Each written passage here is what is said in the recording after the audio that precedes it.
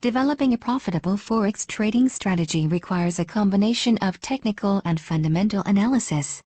Start by identifying your trading style and risk tolerance.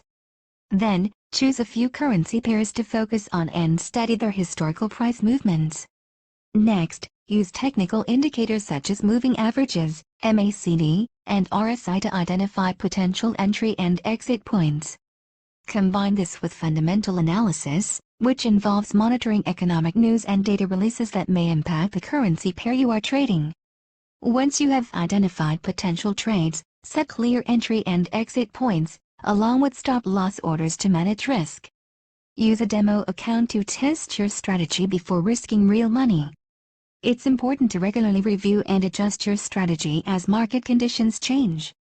Lastly, be disciplined and stick to your strategy, avoiding emotional decisions based on short-term market fluctuations. With dedication, a profitable forex trading strategy